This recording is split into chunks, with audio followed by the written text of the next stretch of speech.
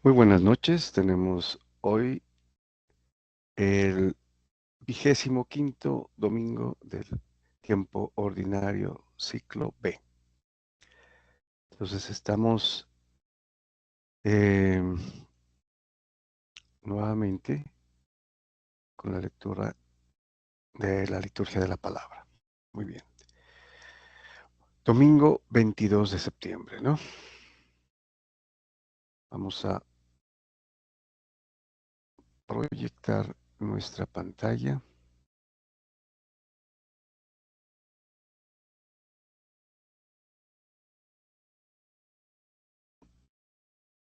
Muy bien. Iniciamos entonces la semana 25ª.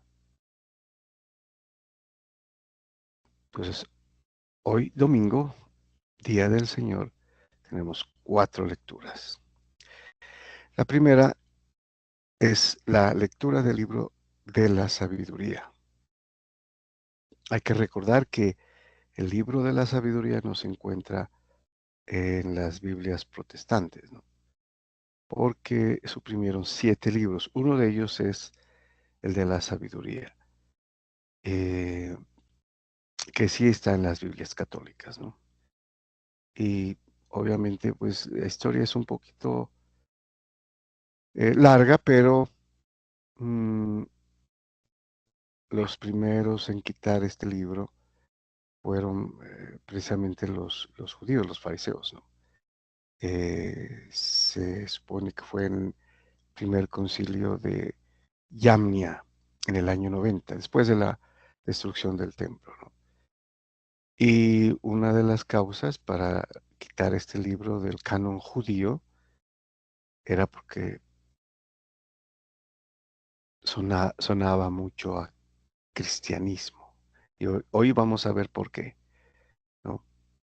Entonces, junto con el de sabiduría y otros 6 más libros. Esto lo tomaron como ejemplo, tal vez sin saberlo, ¿no? Los hermanos protestantes, prácticamente 15 siglos después, ¿no? Al asimilarse al canon judío.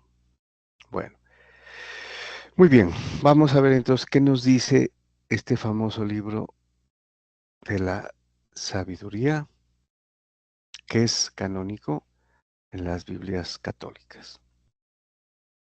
Nos dice entonces el libro de la sabiduría. Se decían los impíos, acechemos al justo, que nos resulta fastidioso. Se opone a nuestro modo de actuar, nos reprocha las faltas contra la ley y nos reprende contra la educación recibida. Bueno, entonces estamos en una situación en la que los judíos pues estaban haciendo de las suyas, ¿no? Viviendo cómodamente, sin preocuparse de cumplir la ley, ¿no? Acechando y abusando de los pobres, de los desposeídos.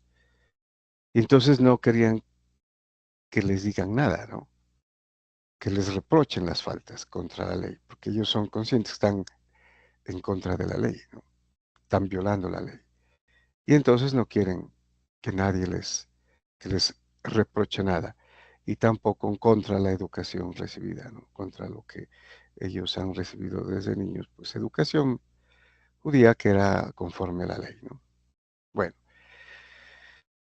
continúa entonces. Veamos si es verdad lo que dice, comprobando cómo es su muerte. Si el justo es hijo de Dios, él lo auxiliará y lo librará de las manos de los enemigos. Inclusive aquí acaban de citar un salmo, ¿no? Dice, el justo lo auxiliará Dios mismo, ¿no? Entonces comprobémoslo, ¿no? Comprobémoslo, a ver. Y entonces pues se ponen completamente en contra de los mismos profetas, ¿no? ¿Y cómo lo van a hacer?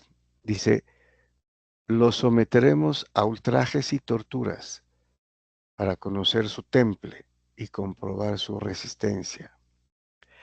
Lo condenaremos a muerte ignominiosa, pues según dice, Dios lo salvará. También, ¿no? Reflejo de los salmos, los que acuden, los justos que acuden a Dios. Y aquí es mucho más obvia la referencia mesiánica, ¿no? A Jesucristo. Lo condenaremos a muerte ignominiosa. La cruz, ¿no? ¿Qué más ignominioso que la cruz? Entonces, esta es una, les decía al comienzo, una de las razones, entre muchas otras, por las que los judíos en su concilio de Ñamnia, en el año 90, ¿no? Lo descartaron. Bueno, muy bien. Eh, Vamos al Salmo responsorial, ¿no? Entonces miremos también, tengamos cuidado de ver el hilo conductor, ¿no? De estas lecturas, que como les decía, en su sabiduría, la Iglesia ha eh, incluido, ¿no? Estas lecturas cada domingo, cada día, ¿no? Pero especialmente los domingos, que son el día del Señor. Vamos al Salmo responsorial, cuyo responso es: el Señor sostiene mi vida. Salmo 53. Nos dice el salmista entonces: oh Dios, sálvame por tu nombre. Sal por mí con tu poder. Oh Dios, escucha mi súplica. Atiende a mis palabras. Porque unos insolentes se alzan contra mí y hombres violentos me persiguen a muerte sin tener presente a Dios. Aquí está, ¿no? La conexión con la lectura del libro de la sabiduría. Insolentes, ¿no? Impíos. Ese es el nombre, impíos. Dios es mi auxilio. El Señor sostiene mi vida. Te ofreceré un sacrificio voluntario, dando gracias a tu nombre, que es bueno. Entonces ese es el justo, ¿no? Que confía en que el Señor lo librará, lo salvará. Pero obviamente esa salvación es la salvación eterna, ¿no? En esta vida los profetas y quién más, ¿no? Sino Jesucristo, que se entregó voluntariamente, sufrió todo esto, ¿no? Todas las peores vejaciones y la muerte ignominiosa en la cruz, ¿no? Para la salvación de la humanidad. Bueno, vamos a la segunda lectura. Tenemos la lectura de la carta del apóstol Santiago, capítulo 3, versículos del 16, pasando al cuarto hasta el versículo 3 del capítulo 4, ¿no? Esa es la anotación que está aquí, ¿no? Bueno, veamos qué nos dice el apóstol Santiago. Queridos hermanos, donde hay envidia y rivalidad, hay turbulencia y todo tipo de malas acciones. Bueno, eh, habíamos en una sesión leído los capítulos anteriores, el capítulo segundo, ¿no? Precisamente, donde eh, Santiago hace una serie de recomendaciones y sobre todo de enseñanzas acerca de la fe y las obras, ¿no? ¿Sí? Y toda clase de acción que se opone, ¿no? O sea, el pecado. Y aquí él va a dar a entender las causas, ¿no? Aquí nos menciona una de ellas, ¿no? Dice, envidia, la envidia, las turbulencias, ¿no? Que en resumidas cuentas son las pasiones desordenadas, ¿m? Materialismo, ¿no? Prácticamente, y conduce a las malas acciones, a la envidia, por ejemplo. Entonces veremos, partiendo de esto, que dice Santiago, ¿sí? Donde hay envidia y rivalidad, hay turbulencia y todo tipo de malas acciones. En cambio, la sabiduría que viene de lo alto es, en primer lugar, intachable y además es apacible, comprensiva, conciliadora, llena de misericordia y buenos frutos, imparcial y sincera. Opone a todo lo anterior la sabiduría, ¿no? Qué interesante. Acabamos de leer en la primera lectura la sabiduría, ¿no? El libro de la sabiduría. Y aquí, como lo ha enseñado, lo ha mencionado San Pablo también, ¿no? La sabiduría, la ciencia de arriba, ¿no? La ciencia del espíritu, no la ciencia natural, ¿no? Que sí es importante, pero no es lo más importante, ¿no? Sino es la sabiduría de Dios, conocer a Dios. Y aquí lo hace Santiago con una eh, especificidad, ¿no? Inaudita, digámoslo así, porque aquí va a mencionar 7 u 8 cosas, ¿no? Que son eh, parte, ¿no? O hacen parte de la sabiduría, ¿no? Que es lo contrario, la sabiduría de arriba, la sabiduría del Espíritu, el conocimiento de Dios, que es contrario a las pasiones, ¿no? Desordenadas. Entonces volvamos a leer esta partecita. En cambio, dice, la sabiduría que viene de lo alto es en primer lugar intachable, ¿no? Sin tacha, pura. Y además es apacible, pacífica. Dos, ¿no? Cualidades. Comprensiva, o sea, que entiende, ¿no? Conciliadora, que no se, mm, que no va a las rivalidades, ¿no? A las contiendas.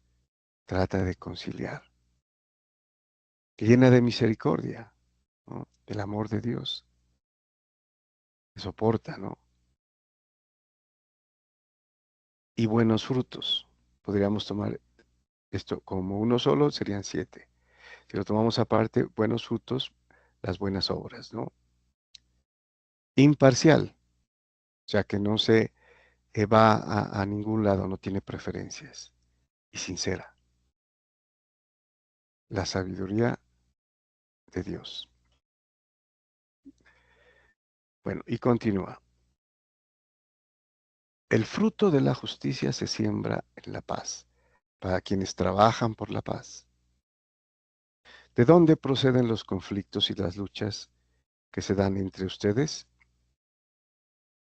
Dice, no es precisamente de esos deseos de placer que pugnan dentro de ustedes. ¿Mm?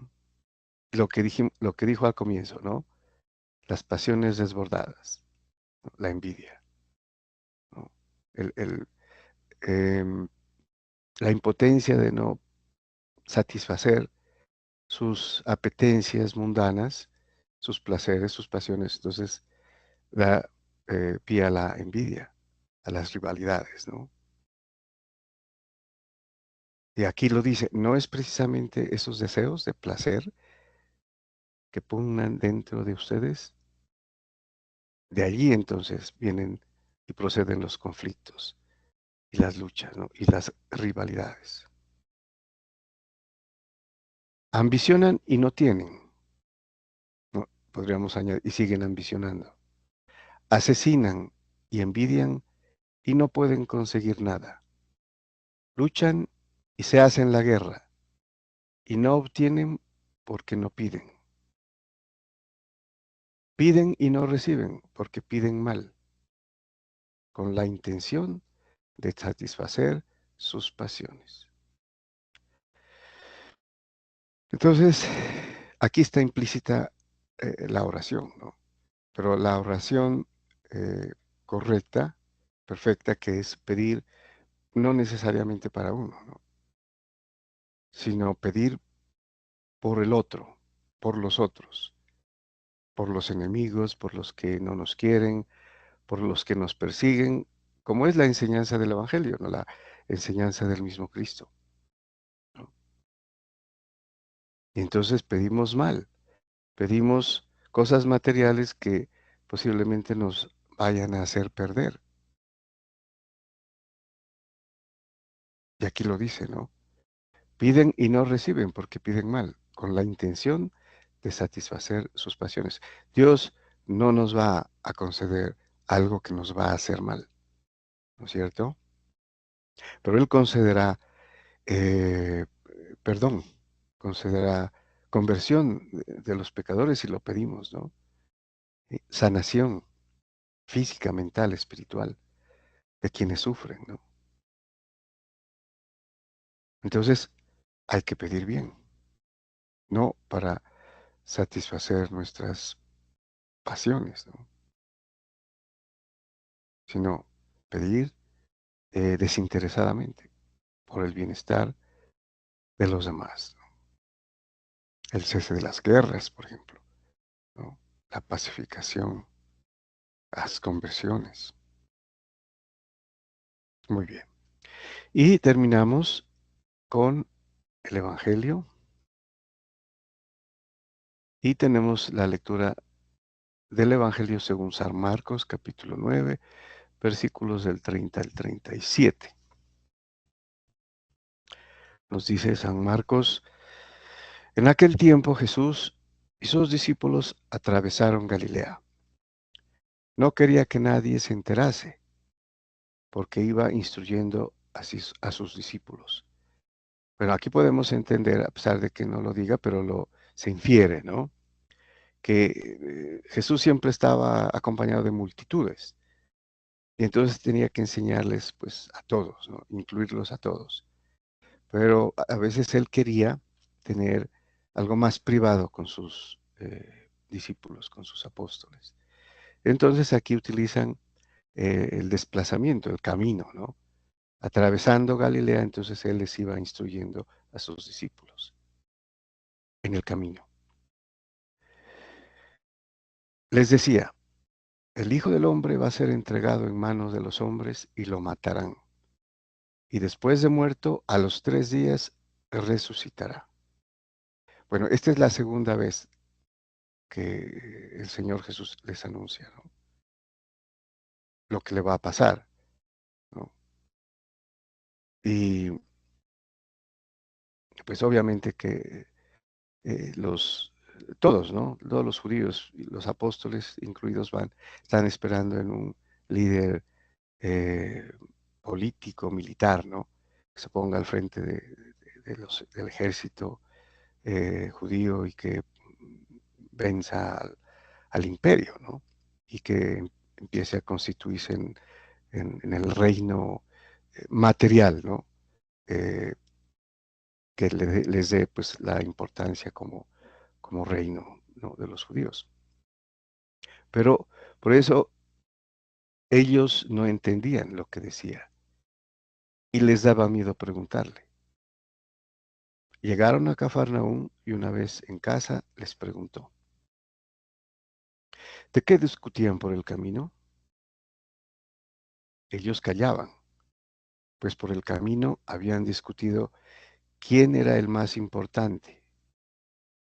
Bueno, entonces sabemos qué estaban discutiendo, ¿no? Cuando él les dice que eh, lo van a matar, pero que él resucitará, pues si acaso lo logran entender, eh, que de todas maneras, así muera, él va a, a resucitar, ¿no? Y va a estar como el líder que ellos quieren que sea, ¿no?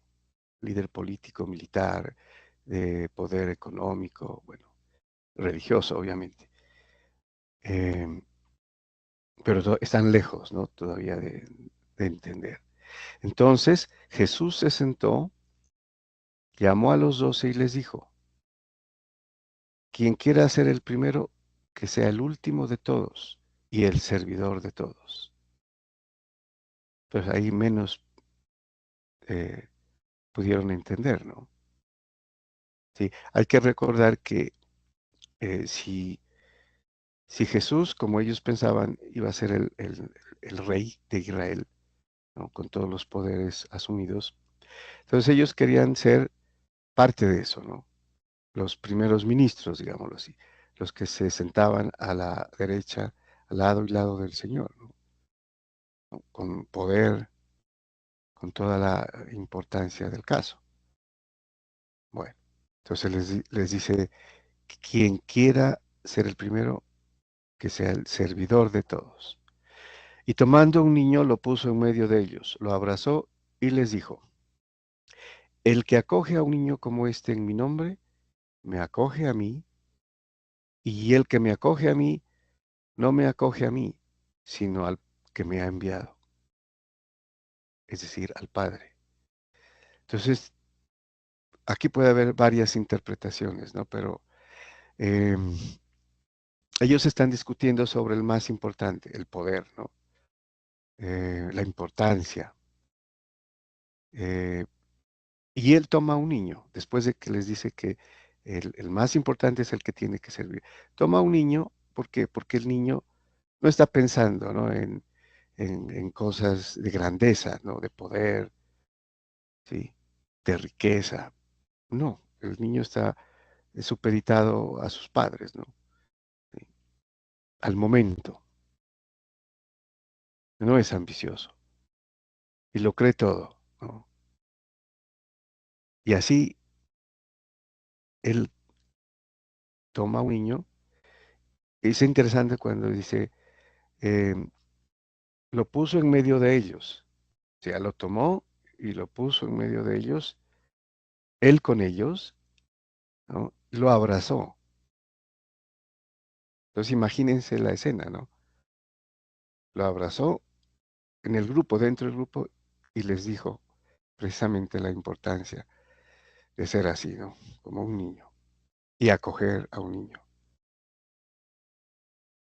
Lo que sucede, ¿no? No solamente lo acogemos a él, sino también a quien lo envió, al Padre. Muy bien, muchas gracias y bendiciones.